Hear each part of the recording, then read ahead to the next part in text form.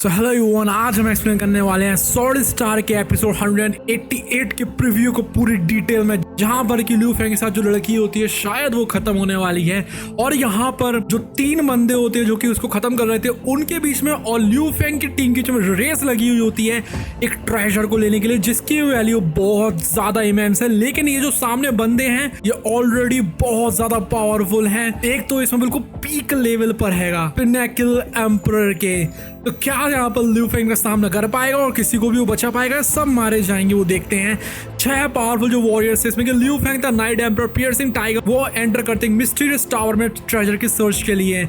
उनके सामने अपोनेंट्स आ गए थे जैसे कि हम लोगों ने ऑलरेडी देखा है। अब आगे क्या होता है वो देखते हैं। 3 जो एलाइज वो सब लोग तैयारी कर लेते हैं एंटर करने के लिए। वो देखते हैं कि जो टावर का स्पेस है वो लॉकडाउन है जिससे कि टेलीपोर्टेशन तो नहीं हो सकती है, जिससे कि ल्यू फेंग को एक एडवांटेज मिल रही थी उसकी स्पीड के लिए। वो डिसाइड करते हैं कि जो पियर्सिंग टाइगर है वो गोल्ड कैंग का सामना करेगा और बाकी के जो है वो हैंडल करेंगे आइस ब्लेड को और बाकी के थ्रेट्स को। दोनों के जो ग्रुप्स रहते हैं उनको पता थी अब ये बात की उनको क्या क्या करना है। मिस्टीरियस टावर के अंदर 2 राइवल जो ग्रुप्स रहते हैं वॉरियर्स के, इसमें कि एक था ल्यू फेंग, दूसरे ग्रुप को ले जा रहा था आइस ब्लेड और गोल्ड कैंग। वो एक टेंस सिचुएशन में रहते हैं, उनको एक साथ काम करना था जिससे कि वो सेंट्रल पार्ट में जा सके टावर के। लेकिन सबको पता थी ये बात कि उनको ट्रेजर के लिए तो फाइट करना ही पड़ेगा, इस टाइम पे वो अंदर पहुंच जाएंगे। जैसे जैसे वो टावर के अंदर जाते हैं ल्यू फेंग और उनका ग्रुप नोटिस करता है दूसरी टीम को कि उन लोगों ने ऑलरेडी सारे वैल्यूएबल आइटम्स को ले लिया है डेड बॉडीज में से जिसके ऊपर से वो लोग गुजर रहे थे। वो पहुंच जाते हैं स्पेशल एंट्रेंस पर जहां पर कि 6 चमकते हुए रास्ते थे।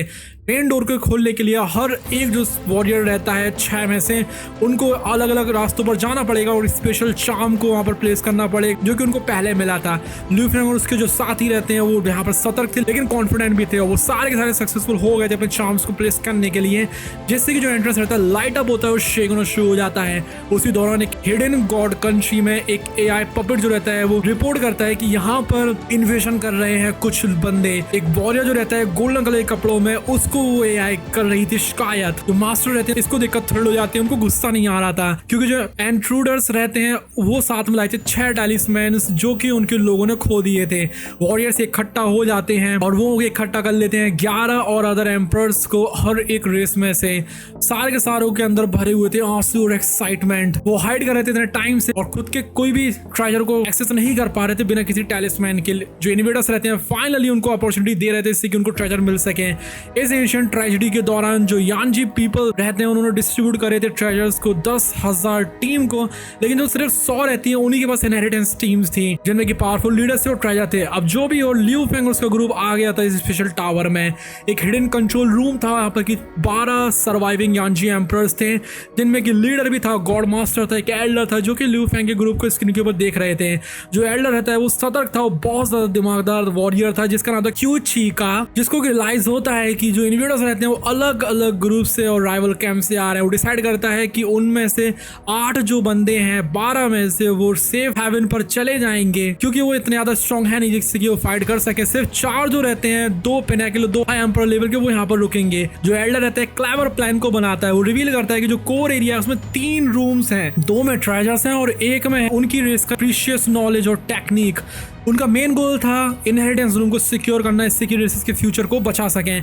ऐसा करने के लिए उनको इन्वेडर्स को ट्रिक करना पड़ेगा एक दूसरे से फाइट करने के लिए। क्यू का प्लेस करता है कैंप ट्रेजर केस को फर्स्ट रूम में जिससे कि वो एनिमी के ग्रुप को कर सके लियोर एक बैटल में, जिससे कि यानजी सर्वाइवर्स को चांस मिलेगा इससे कि उनको मिल सके टैलिस्मैन क्योंकि वो उनको चाहिए एक्सेस करने के लिए और ज्यादा वैल्यूएबल रूम्स को। 6 इन्वेडर्स रहते हैं वो आ जाते हैं कोर हॉल में और इमीडिएटली स्प्लिट हो जाते हैं 2 ग्रुप्स में और अलग अलग डायरेक्शन में चले जाते हैं ट्रेजर को करने के लिए। अब जैसे ही वो रेस करते हैं ट्रेजर के लिए 2 राइवल जो ग्रुप्स रहते हैं वो बढ़ जाते हैं। नाइट एम्परर चेस कर रहे थे पावरफुल गोल्ड कैंग को और ल्यू फेंग और पियर्सिंग टाइगर चले गए थे आइस ब्लेड और पर्पल क्लॉक के पीछे पीछे। जो टावर की विंडिंग और नैरो पाथवेज होते हैं वो सबको नहीं आने दे रहे थे पूरी स्पीड में अंदर आने के लिए, लेकिन ल्यू फेंग के पास एक सुपीरियर टेक्निक थी और फाइटिंग स्किल्स थी जिससे कि उसके पास एडवांटेज थी।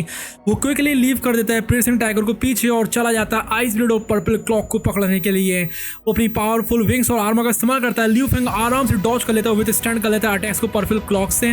वो इतना ज्यादा फास्ट चल रहा था कि 2 एनिमीज जो रहते हैं वो पीछे इतना छूट गए थे दिख भी नहीं रहे थे वो। उसी दौरान हिडन कंट्रोल रूम में 4 जो एम्परर्स रहते हैं वो देख रहे थे पूरे सीन को अनफोल्ड होते हुए बॉइलिंग हेटेड के साथ में इंट्रूडर्स के लिए। वो देखते हैं कि जो लियू फेंग है वो एक रूम में पहुंच गया जो कि कुछ ट्रेजर की तरह लग रहा है। लियू फेंग फाइंड करता है वहां पर 3 सिल्वर केसेस को और एक मैसेज को डेड लोगों से जो कि कभी आए हुए होंगे।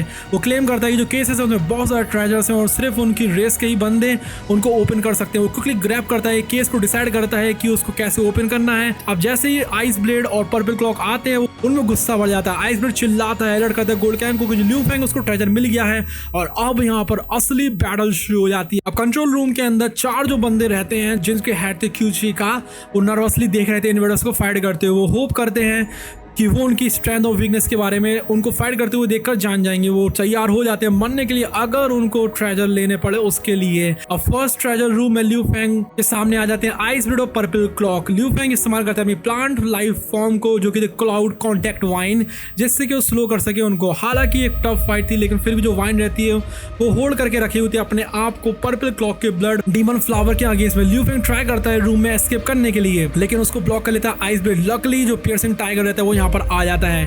जो बैटल रहती है इंटेंसिफाई हो जाती है। इस time night emerald gold Kang जो रहते हैं वो भी यहाँ पर आ जाते हैं। गोल्ड कैंग जो रहता है जो कि सबसे ज्यादा स्ट्रॉन्गेस्ट था उनमें सभी में, वो इस्तेमाल करते हैं पावरफुल बॉडी एम्प्लीफिकेशन टेक्निक का। जो लियू फेंग का सुपीरियर आर्मर था वो विंग्स से उसको प्रोटेक्ट करते हैं। उसको रियलाइज होता है कि लियू फेंग की स्ट्रेंथ कितनी ज्यादा है, इसलिए गोल्ड कैंग जो रहता है वो फोकस करता है अपने मेन राइवल्स के ऊपर जो कि थे नाइट एम्परर और पियर्सिंग टाइगर। इसकी वजह से लियू फेंग के पास बचा हुआ था पर्पल क्लॉक फेस करने के लिए जो कि अब चल रहा था गुस्से में, जिससे कि वो डिफीट कर सके लियू फेंग को और ट्रेजर को ले सके। फाइट जो रहती है शुरू हो गई थी और सब कुछ चाहिए था वो ट्रेजर। पर्पल क्लॉक को बहुत गुस्सा आ रहा था। वो अपनी अनडाइंग बॉडी को चलाना शुरू करता है इससे कि एक अटैक को कर सके लियू फेंग के ऊपर। वो 3 सुपर और हॉट फायरवॉल्स को छोड़ता है जो कि नॉर्मली डिस्ट्रॉय कर सकते थे एक एम्परर को, लेकिन कुछ भी करना लियू फेंग इस्तेमाल करता है अपनी एक्सेप्शनल स्पीड और पावरफुल विंग्स को, जिससे कि वो डॉज कर ले पहले के कंबाइंड अटैक्स को।